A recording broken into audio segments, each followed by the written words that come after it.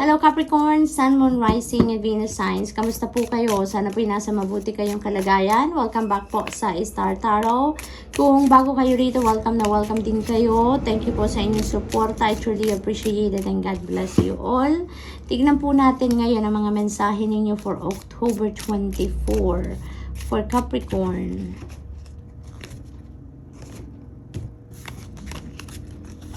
Unang mensahe ni Capricorn hand, ayan, in need of help, assistance, and guidance, no? So, maaaring iba't ibang sitwasyon dito ni Capricorn, no? Kung kailangan mo ng tulong, kailangan mo ng gabay, you know? Maaaring some of you, kailangan ninyo ng tulong na physical, maaaring tulong din yan in a form of advice or guidance, maaaring ganon, no?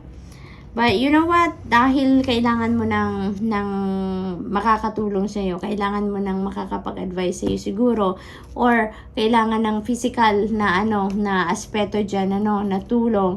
You know what? Know that help is always available to us.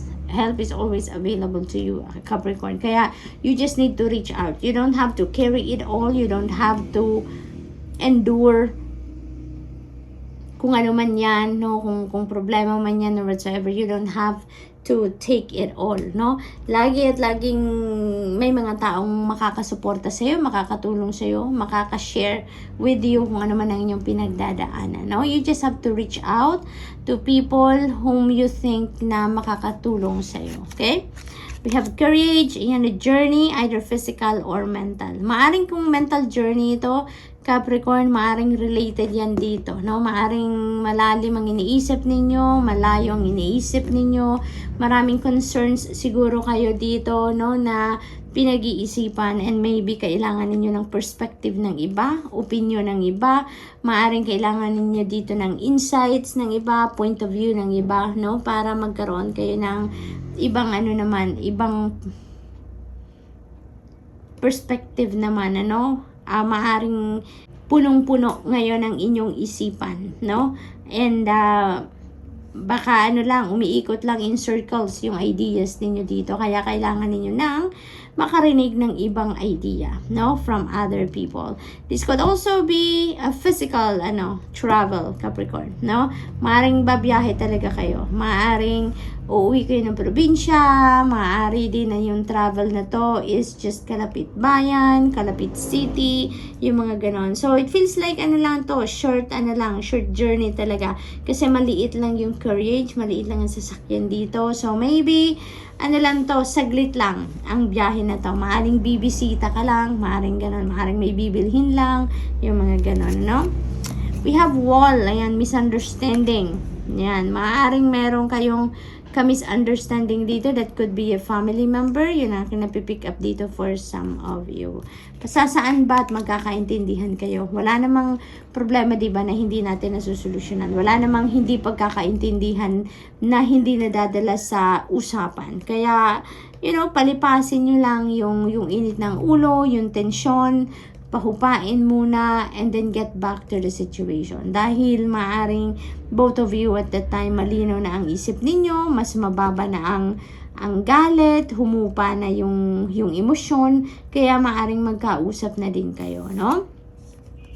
We have cup, ayan, you should accept a valid criticism. Ayan, so maaring ito din yung problema ng iba. Kasi, diba, there are people din na ayaw nilang makarinig ng criticism ng iba. Regardless kung anong klaseng criticism yan. But if it is valid, if it is constructive criticism naman, let's embrace it, no? Dahil makakatulong din yan sa atin. Makakatulong din yan para mas ma-improve pa natin ang sarili natin, diba? So we have throne, ayan, position of authority.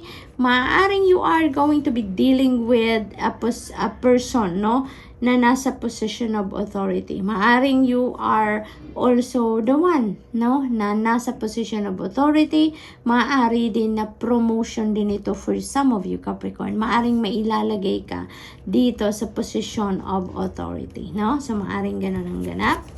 We have bird perch. Ayan, naghihintay ka ng sulat, naghihintay ka ng package, may hinihintay kang balita dito, and whatever that is, parating na yan. Parating na yan, Capricorn. So, it might excite you, no? Kasi maaaring ito yung hinihintay mong balita or impormasyon na makakatulong sa iyo na magkaroon kayo ng kaayusan na kung sino man yung ka-misunderstanding ninyo, no? So, yan ang akin napipick up dyan. So, good luck.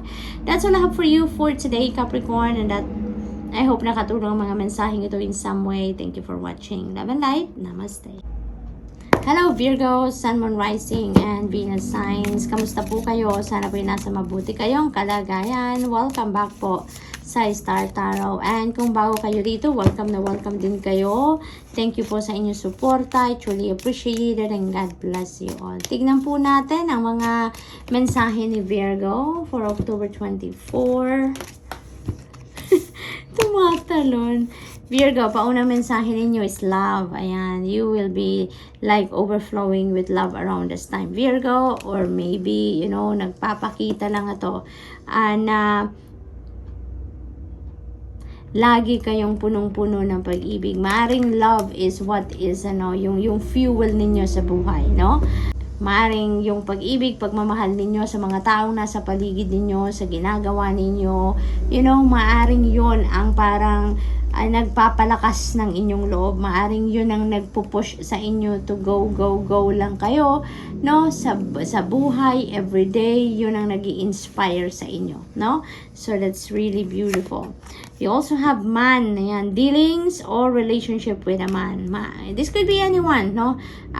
Sa buhay ninyo, maaring yung man na to is your asawa, your boyfriend, manliligaw, no? Maaring ganon. Maari din na anak ninyo ito, Virgo. Maaring ganon. So, maaari din, no? It is also possible that some of you, maaring merong bagong tao, bagong lalaki sa buhay ninyo na napapasok, no? May bagong taong dadating na maaring mag-o-offer sa inyo ng love, no? Maaring ganon din ang ganap. We have finally a period of frustration, lessons to be learned. Ayan, so maaari din na si man, no, linked yan dito sa frustration. Maaring you will feel frustrated, Virgo, about this man. Maaring ito yon, maaring siya yung salarin ng frustration na yan na mararamdaman ninyo. So that could also be your person, no? Maaring mapofrustrate kayo sa person ninyo. May hindi kayo pagkakaintindihan, may sitwasyon na hindi kayo on the same page, maaring ganon. Maari din na anak ninyo yan, no, na mapofrustrate din kayo sa kanya. Maaring may pinakapakiusap ka sa kanya or may sinasabi ka sa kanya na hindi niya ginagawa or hindi niya pinapakinggan, mga ganon, no? What else? We have kite, vacation. Ayan, si Virgo, you're going to take a vacation. Maaring this is with this person, no? Maaring kasama ninyo itong lalaking ito, kung sino man siya. Maaring karelasyon ninyo to, maaring person ninyo yan. Maari din naman na you are going for a vacation by yourself, no? All by yourself. Yun din ang akin napipick up dyan. We have dog. Ayan. So, protection from a powerful friend. Ito. So, maybe, you know, yung man na to is your kaibigan, no? Maaring kaibigan din ninyo yan na very protective of you. Maari din naman na yung man na to is someone na, maaring na professional siya, no? Maaring may sitwasyon kayo dito na nagkakausap kayo dito ng professionals because you're asking for professional opinion or advice or, you know, suggestions sa kung ano man ang gagawin ninyo or plano ninyo or maaring sa negosyo, maaring ganon ang ganap, no? And kung ano man ang kailangan ninyo, ditong opinion, makukuha ninyo yan, no? Makukuha ninyo yan. And maaring si man, maaring yon ang kakausapin ninyo. So, what else? Ooh, wow! Virgo, kaya pala talon na siya kanina. Sumama siya kay dog. Ito, ang ganda naman ng energy na hatid niya sa inyo, Virgo. Wealth is coming towards you, no? Wealth is entering your life. Sa ngayon, this is an additional wealth. Hindi natin alam kung saan manggagaling ito. anything is possible. This could come from different sources, no? This could be a windfall, this could be an inheritance, this could be bonus, commission, maari din na return of investment ninyo ito sa negosyo. It could be anything, but definitely there is financial gain sa inyo.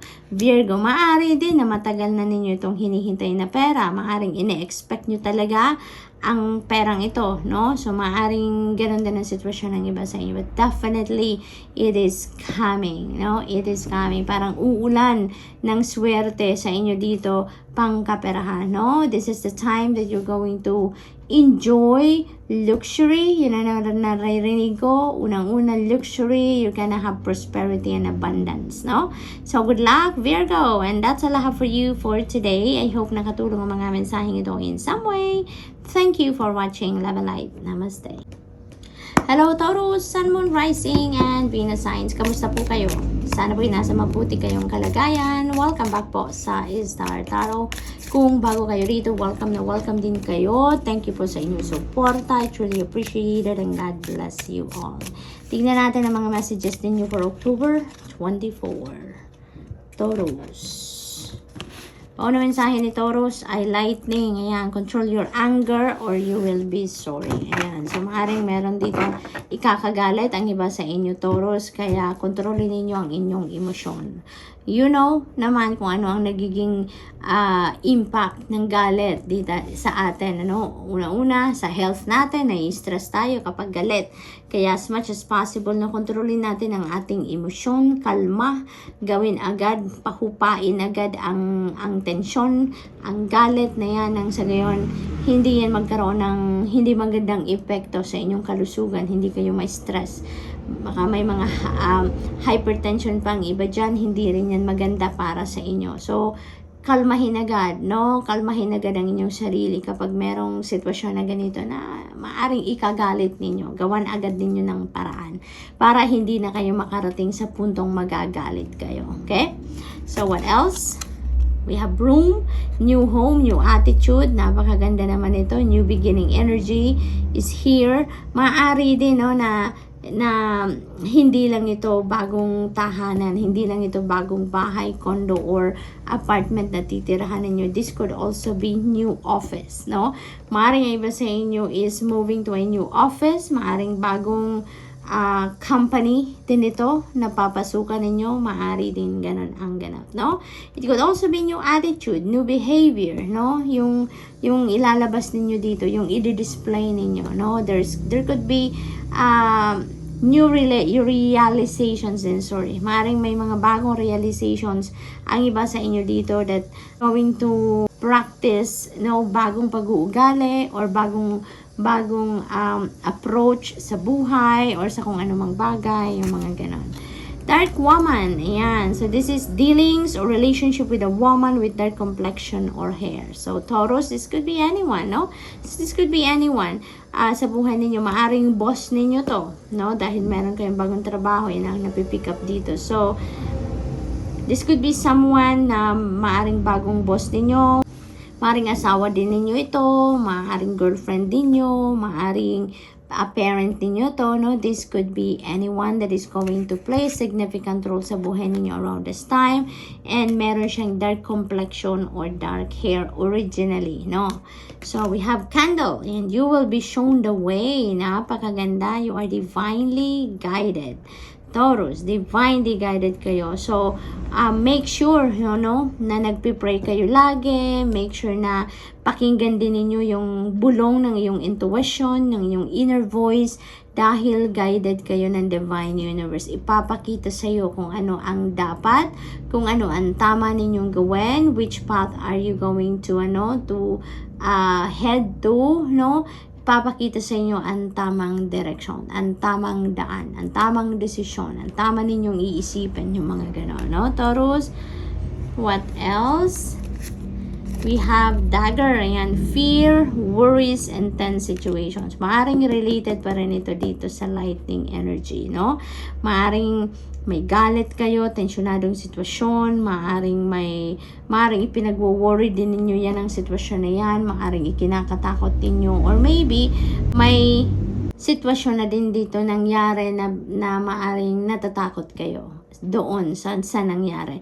Maaari din ganon. But, you know, Taurus, wag kang mag-alala. Huwag kang mag-alala. See, you have nothing to worry about. You have nothing to fear about. Dahil ipapakita sa'yo, you will be shown the way. Tuturuan kayo, bubulungan kayo ng Panginoon through your intuition kung ano ang dapat ninyong gawin. What is the next move that you need to do para sa ikakabuti ng inyong sitwasyon. Kaya napakahalaga na pakinggan ninyo at sundin ninyo kung ano ang bulong ng intuition ninyo. Kung ano yung sinasabi ng sarili ninyo, no? Yung inner voice ninyo, yung inner guidance ninyo. Okay? So, wag ninyong pakinggan ito, yung bulong ng inyong kabilang side ng isip ninyo na takot, na nakaban. Wag ninyong pansinin ito, no? And instead, focus on what is positive, no?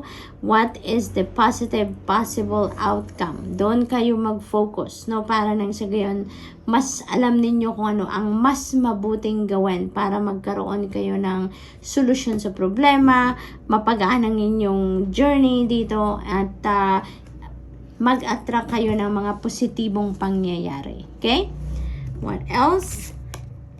We have box saying you will receive a gift. Na yan. So, hindi natin alam kung anong laman ng regalong ito because nakasara pa siya. But maaaring yung regalong ito could be coming from dark woman, no? Maaaring material na bagay yan. Maaari din na non-tangible na bagay yan. It could also be opportunities din, no? Maaaring various opportunities din yan na makakatulong sa inyong journey sa ngayon, kung ano man ang inyong pinagdadaanan, no, Taurus? So, good luck, and that's all I have for you for today. I hope nakatulong ang mga mensaheng ito in some way. Thank you for watching. Love and light. Namaste.